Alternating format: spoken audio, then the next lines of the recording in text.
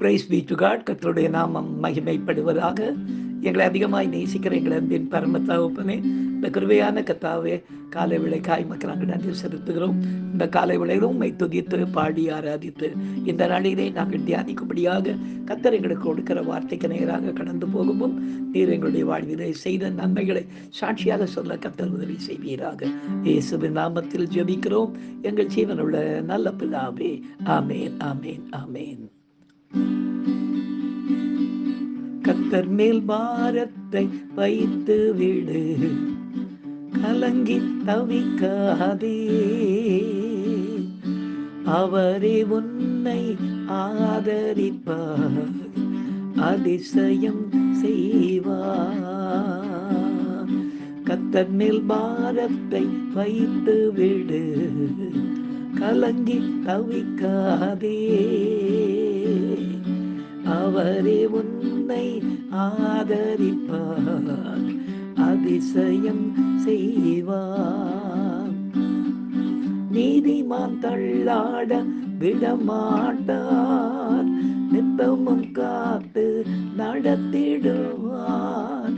நீதிமான் தள்ளாட விடமாட்டார், நித்தமும் காத்து நடத்திடுவார். கர்த்தர் மேல் பாரத்தை வைத்து விடு, கலங்கி தவிக்காதே. அவரே நம்மை ஆதரிப்பார், அதிசயம் செய்வார். கர்த்தர் மேல் பாரத்தை வைத்து விடு, கலங்கி தவிக்காதே. அவரே நம்மை ஆதரிப்பார், அதிசயம் செய்வார். எனக்கு அருமையானவர்களே, இந்த நாளிலே நாம் தியானிக்கும்படியாக கர்த்தர் நமக்கு கொடுக்கிற வார்த்தைக்கு நேராக நாம் கடந்து போகும் பெரியமார்களே, எடுத்து வாசிக்கலாம். சகரியாவின் புத்தகம் 4ஆம் அதிகாரம் 6ஆம் வசனத்தை நாம் வாசிக்க கேட்போம். சகரியா 4:6. அப்பொழுது அவர் செருபாபேலே சொல்லப்படுகிற கர்த்தருடைய வார்த்தை என்னவென்றால், பலத்தினாலும் அல்ல, பராக்கிரமத்தினாலும் அல்ல, என்னுடைய ஆவியினாலே ஆகும் என்று சேனைகளின் கர்த்தர் சொல்லுகிறார் என்று எழுதப்பட்டிருக்கிறது. பிரியமானவர்களே, இந்த பூமியில் வாழ்கின்ற நாட்களில் தெய்வ பிள்ளைகளாகிய நமக்கு பூமிக்குரிய ஆவிக்குரிய ஒத்தாசைகள் தேவையாயிருக்கிறது.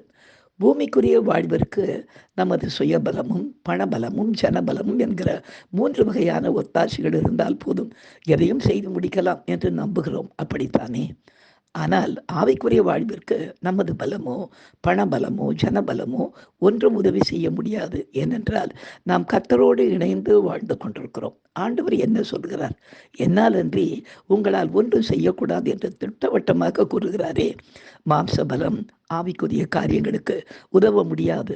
ஏனென்றால் அதில் சிந்தையே வித்தியாசமாக இருக்கும் பொழுது அதிலிருந்து வருகின்ற செயல்பாடுகள் இணைந்து மாம்ச சிந்தையும் ஆவியின் சிந்தையும் இணைந்து செயல்பட வாய்ப்பே கிடையாது.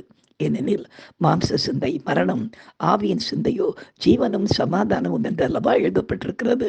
இன்னும் ஊழியத்தின் பாதையில் மாம்ச சிந்தை மட்டுமே உள்ளவர்கள் உதவிக்கு வந்து விடுவார்களே, ஆனால் நாம் சொல்வது அவர்களுக்கு புரியாது, அவர்கள் செய்வதும் நமக்கு பிடிக்காது. எனவே இப்படிப்பட்ட சூழ்நிலைகளை முன்வைத்தே என்னால் அன்றி உங்களால் ஒன்றும் செய்யக்கூடாது என்று கர்த்தர் சொல்லுகிறார். இந்த வசனத்தை தெளிவாக நாம் உணர்ந்து கொள்ளும்படியாக ஊழியத்தின் பாதையிலே கர்த்தர் செய்த ஒரு நன்மை இன்றைக்கு நாம் சாட்சியாக கேட்போமா?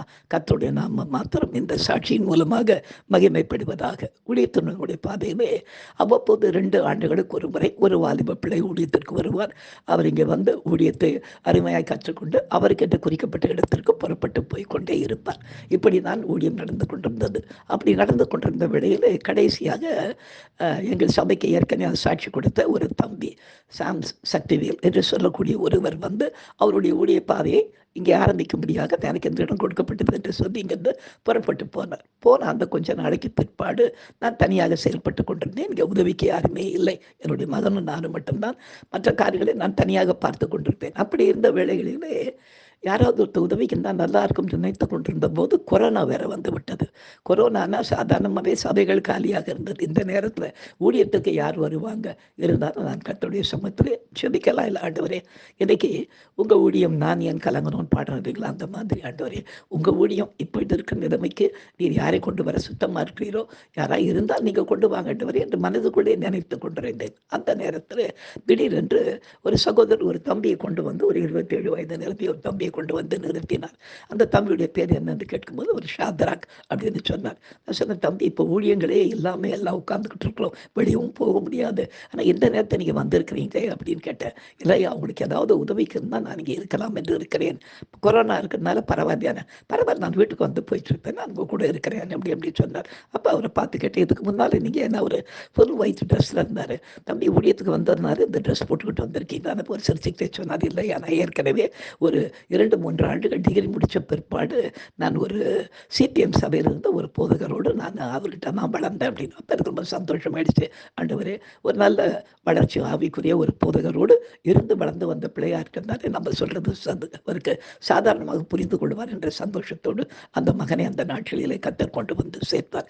நான் என்னெல்லாம் நான் செய்ய வேண்டும் என்று நினைக்கிறேனோ அதையெல்லாம் அவரே கேட்டு கேட்டு மிக அருமையாக அந்த தம்பி எனக்கு உபயோகமாக ஒரு 2 வருடங்கள் ஊழியத்தின் பாதையில் மிக உபயோகமாக இருந்து எங்களோடு கொண்டு ஊழியத்தை செய்து கொண்டிருந்தார். நிறைய பாடல்கள் காரணங்கள்லாம் நல்ல இசைஞானம் உள்ள ஒரு தம்பியாக இருந்ததுனாலே ரொம்ப உதவியாக எங்களுக்கு இருந்ததுக்காக கர்த்தருக்கு நான் நன்றி செலுத்துகிறேன். பாருங்க, நமக்கு என்னைக்கு வாசிக்கிறோம், நம்முடைய உலக பிரமாணமான காரியங்களுக்கு உலக பிரமாணமான உதவி செய்யணும் வந்துட்டாங்கன்னா நமக்கு பிரச்சனை கிடையாது. ஆனால் அதே சமயத்தில் ஆவிக்குரிய ஊழியம் போன்ற காரியங்களாக இருக்கும் பொழுது அந்த ஊழியத்தினுடைய காரியங்கள் அறிந்த அபிஷேகம் பெற்ற பிள்ளைகள் நமக்கு வந்து சேரும்போது தான் நாம் சொல்லுவதற்கு முன்பாகவே அவர்கள் ஆவிக்குரிய காரியங்களை செய்து முடிப்பார்கள். இப்படியாய் ஊழியம் கர்த்தருடையதாக இருக்கிறதினாலே எந்த பிரச்சனையும் இல்லாதபடி அவர் சொன்ன பிரகாரமாக என்னால் என்று உங்களால் ஒன்றும் செய்யக்கூடாது என்று சொல்லப்பட்ட வார்த்தையின்படியாக எப்படிப்பட்ட மகனை அந்த நாளிலே கொண்டு வர வேண்டும் என்று கர்த்தர் சுத்தமாக இருந்தாரோ அப்படிப்பட்ட ஒரு பிள்ளையை கொண்டு வந்து 2 ஆண்டுகள் எங்களோடு கூட இருந்து பிற்பாடு அவருடைய ஊழியத்தை இங்கே முடித்து கொண்டு இங்கிருந்து புறப்பட்டு போய் இப்பொழுது திருமணமாகி அவருக்கு என்று ஒரு தனி சபையை வைத்து அவர் ஊழியத்தை ஆரம்பிக்க கர்த்தர் அவருக்கு உதவி செய்து கொண்டிருக்கிறார். இந்த சாட்சியின் மூலமாய் கர்த்தருடைய நாம மாத்திரம் மகிமைப்படுவதாக.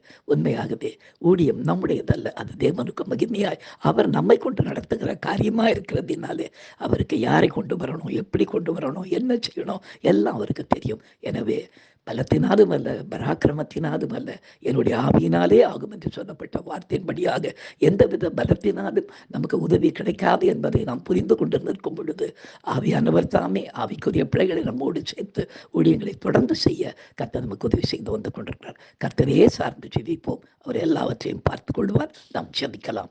எங்களை அதிகமாய் நேசிக்கிற எங்கள் அன்பின் பரம தகப்பனே, இந்த கிருபையான வேலைக்காய் உமக்கு நாங்கள் நன்றி செலுத்துகிறோம், மகிமைப்படுத்துகிறோம் தகப்பனே. ஊழியம் உம்முடையது தகப்பனே, அதை கர்த்தாவே வருகை பரியந்தம் கர்த்தாவே செய்து முடிக்க கர்த்தர் நீர் அந்த எஜமானனா இருக்கிறதற்காக உமக்கு நன்றி ராஜா. தொடர்ந்து எங்களை நடத்தும், உடைய சுத்தத்தின்படி வாழ எங்களுக்கு உதவி செய்யும். இயேசுவின் நாமத்தில் ஜெபிக்கிறோம் எங்கள் ஜீவனுள்ள நல்ல பிதாவே, ஆமேன். ஹல்லேலூயா, ஹல்லேலூயா, ஹல்லேலூயா. God bless you. Thank you.